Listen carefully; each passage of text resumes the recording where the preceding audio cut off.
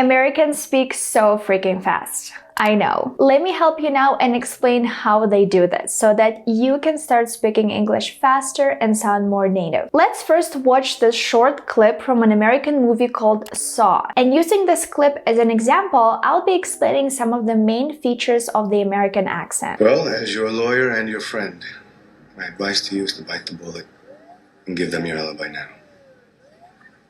Because no one's gonna believe you later. But before we actually start talking about the movie, I want to share something with you guys. So while preparing for this video, I was Googling some information on why Americans speak so fast. And this is exactly what I Googled. I was like, why do Americans speak so fast? And basically, guys, this is what I found. I think the explanation that it's their native language is definitely not helpful, you know, especially for non-native speakers. We're like, okay, and what are we supposed to do with this information, right? We understand that this is their native language, but we also want to speak fast. We also want to sound more American. So that's why I decided to make this video for you guys. So the main reason why Americans speak fast is because of connected speech. Connected speech is a huge part of the American accent in general, and it is basically a continuous sequence of sounds forming conversations in a spoken language. And connected speech is a part of every single language. When we speak our native languages, we connect all the words together because we want one word to flow into the next one, and then the next one flows into the next one. We want to have this flow, right? This natural flow. And this is why in English or in any other language we have connected speech. But the reason why American English is especially difficult for some people is that when they connect certain words together, they sometimes change the sounds. And this might be pretty tricky for non-native speakers, especially when you don't know the rules. And a lot of the things that I'll be mentioning in this video, I've learned from the book Mastering the American Accent. It's a great book that I highly recommend to every single person on this planet who wants to master the American English because it helped me so much. It opened my eyes to what American English actually sounds like, and I fell in love with the American accent thanks to this book. So first, guys, to give you an understanding of what linking actually is, of what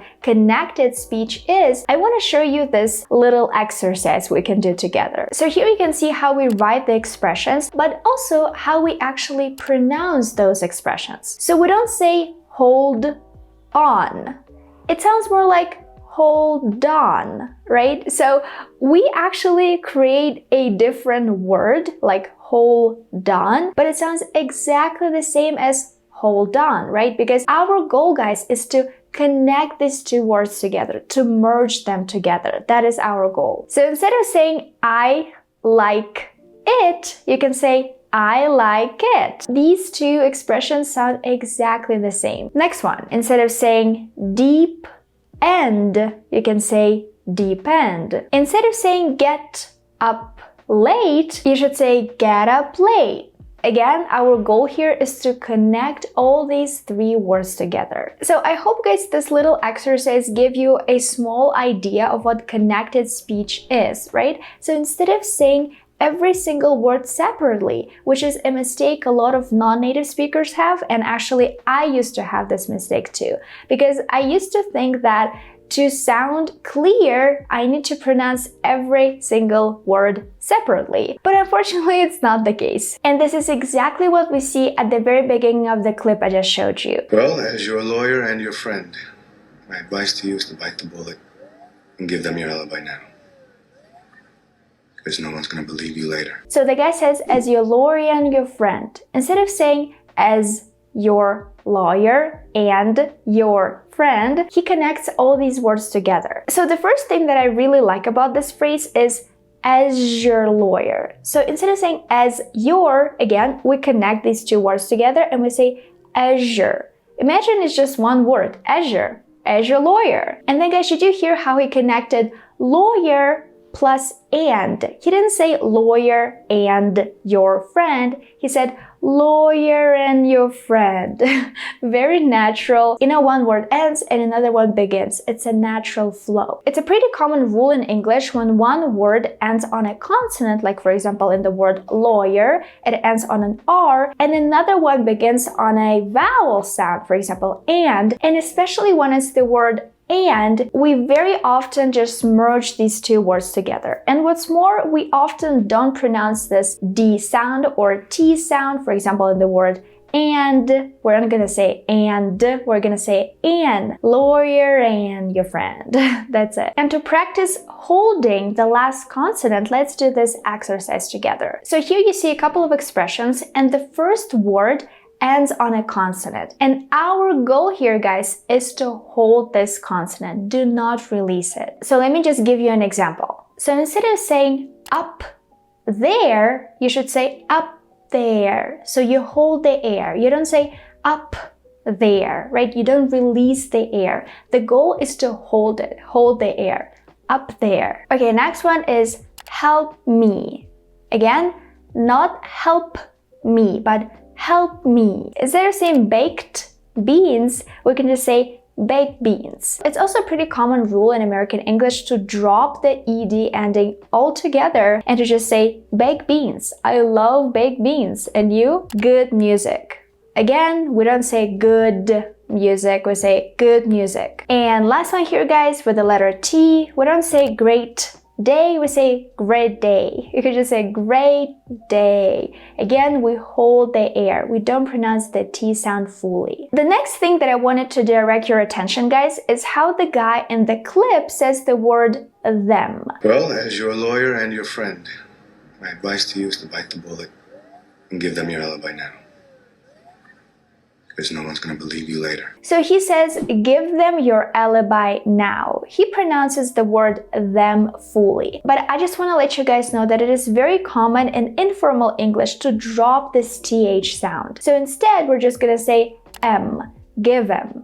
Give him your alibi now. And this word also applies if a pronoun starts with the letter H, for example, him or her. We can also say giver. Instead of saying give her, we can say giver.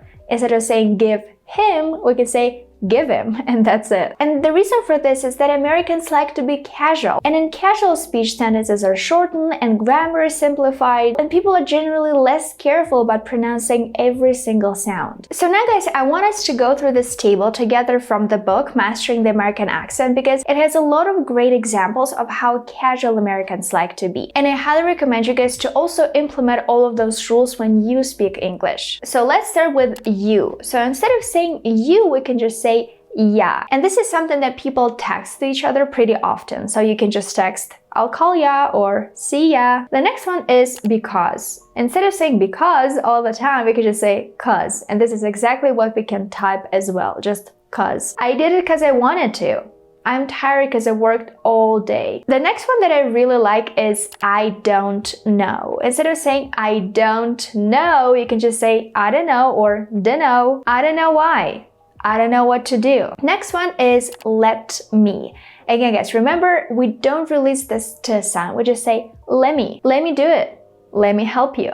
Let me talk to him. And the same is true for give me. We can just say give me a call. Give me a break. Can you give me a minute? Next one is probably going to be my favorite because very few non-native speakers actually know about this rule. So we often say, did you go to that party last night, right?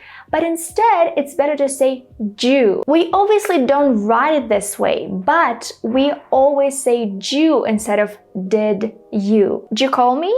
Why'd you do it? Did you go out last night? Next one is, do you want to? Instead of saying, do you want to? You can just say, wanna. Wanna go out? Wanna dance? What do you want to do? Instead of saying have got to, we should say gotta. And again, guys, here, very important, in American English, we pronounce this word with a flap T. So we say gotta. So it's kind of like between an R and a D sound. It's not a gotta, right? We don't say I gotta go. We say I gotta go. I gotta go. You gotta do it. So instead of saying should've, would've, could've, must've, we can just say shoulda, woulda, coulda, musta. You should have told me. It would have been nice. We could have come. You must have seen it. And again, the same is true when we want to create negative sentences. So instead of saying shouldn't have, wouldn't have, and couldn't have, we can just say shouldna, wouldna, couldna. You couldn't have done that. I wouldn't have known. It couldn't have happened. And of course, the next one is going to. You're probably familiar with this one, guys, so we just say gonna. I'm gonna go. It's gonna rain. What are you gonna do? And gonna is actually something that you can also text. So if you're texting with your friends, you can just type in, what are you gonna do? Or something like that. And right now, let's move on to what do you? So instead of saying, what do you can just say, what are you? What do you want? What are you doing? What do you think? Next, let's go to a lot of. So instead of saying a lot of, we can just say a lotta. And again, here we also have this flap T sound. That's a lot of money. I've got a lot of friends. The same is true for kind of. So instead of saying this of, we can just say kinda. And again, this is also something you can type to your friends. So you can say, it's kind of hot. What kind of car is that? And the same is true for out of. So everywhere we have this of, we can just say outta. Get out of here. I'm out of money. You're out of your mind, meaning you're crazy. Go to. So when you want to say go to, you can just say gotta. I gotta work. Let's go to a concert. Now let's talk about yes and no. So yes is actually a very interesting word because for a lot of non-native speakers, for them, if you ask them a question, they're always gonna say yes. But it's actually better to say yeah or yep. Yep is definitely more casual, more informal. So instead, you should try to stick to yeah. Even though maybe you're taught that, if somebody is asking you a question, you should say yes. But yeah is definitely more natural. Yeah, it's good. Yep, I did it. So no, yes, you should say no because nope is very informal. So if you're talking to your boss, obviously it depends on what kind of relationship you have with your boss, but generally nope is definitely more casual. Nope, I'm not going. Nope, that's not right. And the last one here is ing ending. So maybe this one thing is going to be something that I don't really recommend you do because it depends, if you want to make a joke, if you want to sound funny, yes, go ahead. You can definitely drop this G sound and just say in instead of ing. So what are you doing? Right? Instead of what are you doing? But generally, I would not recommend you to speak like this because it's obviously better to pronounce this ing sound fully. Again, when you're making a joke or texting, it's totally fine to drop this G sound. And the last thing that I wanted to talk to you about is idioms and phrasal verbs. Americans love using phrasal verbs and idioms, and even in the movie clip, we saw this idiom, bite the bullet. It's a very American idiom. Well, as your lawyer and your friend, my advice to you is to bite the bullet and give them your alibi now.